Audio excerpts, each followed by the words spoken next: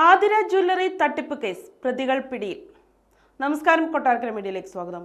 സ്വർണ്ണ സമ്പാദ്യ പദ്ധതി തട്ടിപ്പ് കേസിൽ പ്രതികളായ ആതിര ജ്വല്ലറി ഉടമകൾ പിടിയിൽ. ഹൈക്കോടതിക്ക് സമീപം പ്രവർത്തിക്കുന്ന ആതിര ഗോൾഡ് ജ്വല്ലറിയുടെ ഉടമകളായ പള്ളിപ്പുറം സ്വദേശികളായ ആന്റണി, ജോൺസൺ, ജോബി, ജോസഫ് എന്നിവരാണ് പിടിയിലായത്. 3 കേസുകളാണ് പ്രതികൾക്കെതിരെ രജിസ്റ്റർ ചെയ്തിരിക്കുന്നത്. എറണാകുളം സെൻട്രൽ പോലീസിന്റെ നേതൃത്വത്തിലുള്ള സംഘമാണ് പ്രതികളെ പിടികൂടിയത്. 15 കോടി രൂപയുടെ തട്ടിപ്പ് നടന്നതായാണ് പോലീസിന്റെ പ്രാഥമിക വിലയിരുത്തൽ. വ്യാജ സ്വർണം നൽകി കബളിപ്പിക്കാൻ ശ്രമിച്ചതായും ആരോപണമുണ്ടായിരുന്നു. സാധാരണക്കാരായ ദിവസവേതനക്കാരാണ് തട്ടിപ്പിനിരയായവരിൽ ഭൂരിഭാഗവും. പണം തിരികെ കിട്ടുന്നതിനായി നിക്ഷേപകർ ആതിര ഗ്രൂപ്പ് ഉടമ ആന്റണിയുടെ പള്ളിപ്പുറത്തെ വീടിന് മുന്നിൽ കൂട്ടമായി എത്തി പ്രതിഷേധിച്ചിരുന്നു. കഴിഞ്ഞ ദിവസം ആതിര ഗ്രൂപ്പിന്റെ കൊച്ചിയിലെ ജ്വല്ലറി പോലീസ് ജപ്തി ചെയ്തിരുന്നു.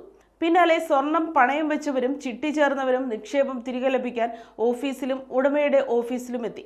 എന്നാൽ പണം തിരികെ കിട്ടാൻ ഒരു മാർഗവുമില്ലെന്ന് അറിഞ്ഞതോടെ നിക്ഷേപകർ പ്രതിഷേധിക്കുകയായിരുന്നു.